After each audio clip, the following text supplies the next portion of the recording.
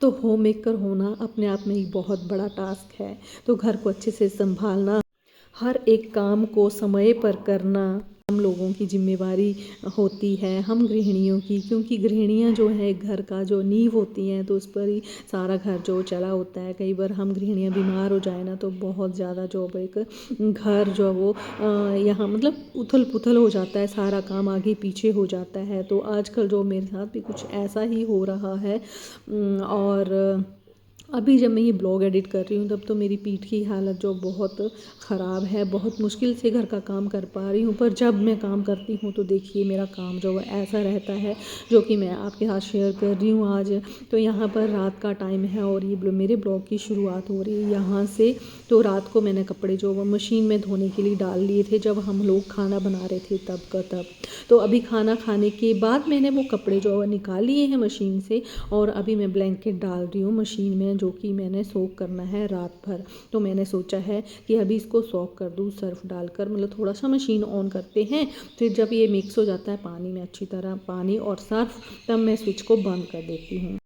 तो जब भी मैं ब्लैंकेट धोती हूँ, वैसे तो पहले टब में धोते थे, बहुत बड़े टब में, तब भी ऐसे सोक करके रख देते थे ना, बट अब जब मैं मशीन में धोती हूँ तब भी मैं ऐसे सोक करके रख देती हूँ। तो ब्लैंकेट जो वो धोने में बहुत ईजी और बहुत अच्छे से जो वो साफ़ हो जाता है। तो यहाँ पर सुबह हो चुकी है, रात को हम दूध वूध पीकर और ब्लैंकेट सोक करके हम लोग सो गए थे। तो अभी सुबह का टाइम है और सुबह में उठकर जो इस टाइम मेरी पीठ में हल्की हल्की दर्द थी, वो शुरू हुई थी, मतलब पर मैंने इतनी परवाह नहीं मारी और धीरे धीरे दर्द बढ़ती गई।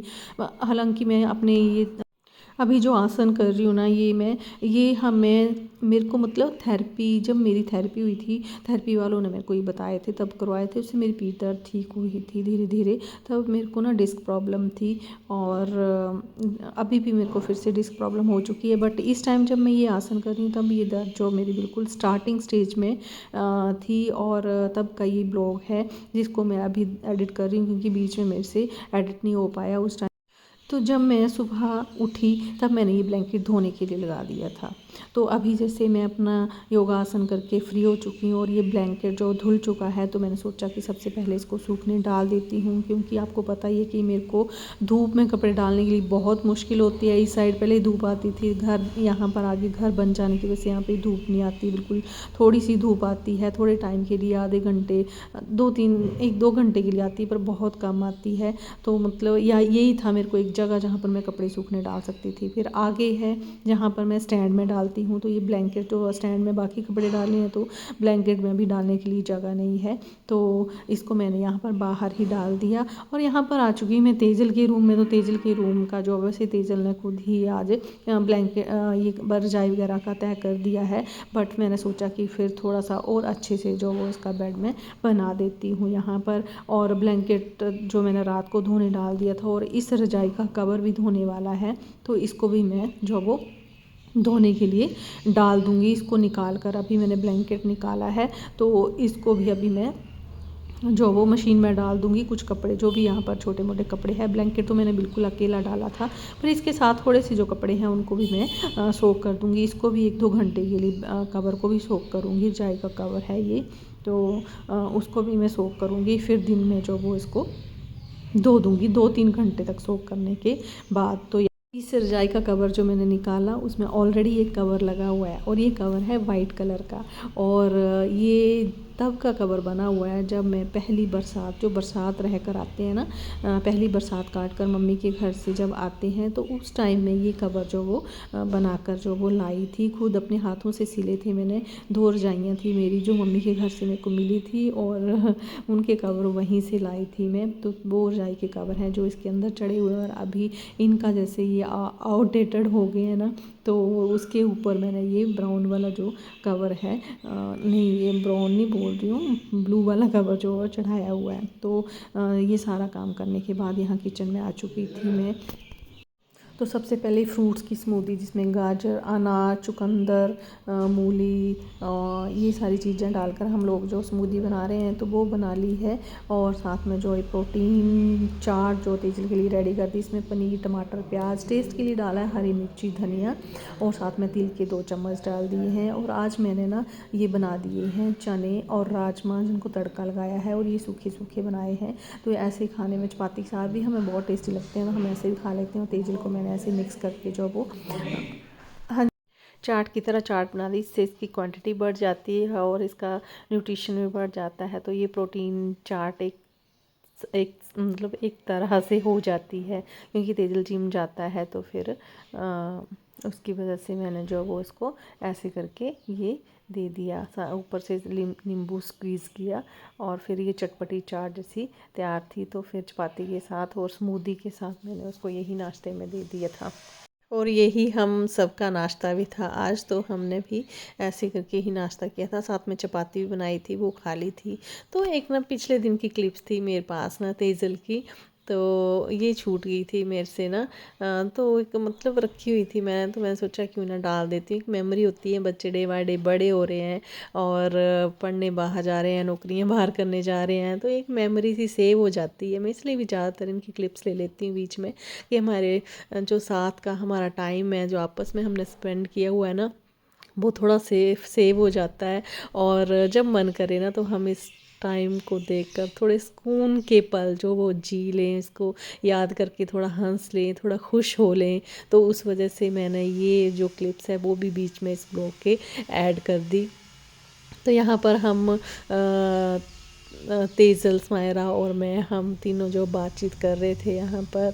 और कुछ तेज़ल कुछ मेरे को चिढ़ाता है तो मैं कुछ तेज़ल को चिढ़ाती हूँ और स्मायरा बीच में मज़ा लेती है। तो ये सब करने के बाद धूप में, मतलब ये तो पिछले दिन की क्लिप मैंने शेयर कर दी। तो यहाँ पर फिर उसके बाद मेरे को था यहाँ पर जो सुबह के बर्तन पड़े हुए थे ये वो धोने को थे सारे।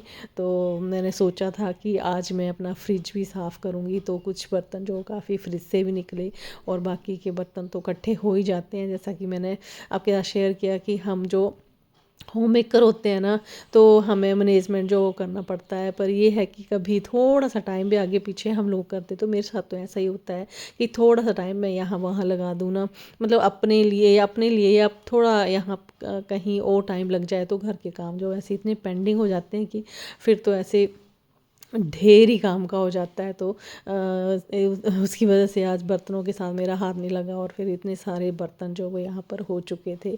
तो मैं भी जो नीचे बर्तन साफ़ करती हूँ ना, तो मैं इकट्ठे कर लेती हूँ। कई बार होता है कि मैं एक भी बर्तन इकट्ठा ना होने दूँ और साथ का साथ ही धोती चलूँ, तो फिर टेढ़ा होके ना, मैं उसी वजह से मेरी पीठ में भी दर्द हो जाती है, क्योंकि इतना टेढ़ा होना पड़ता है, बहुत टैप नीचे हैं ये। तो यहाँ पर मैंने फ्रिज का जो बड़ी सी फ्रूट और सब वेजिटेबल्स की टोकरी है ना, ये भी मैंने निकाल के जो वो अच्छे से धो ली सबसे पहले।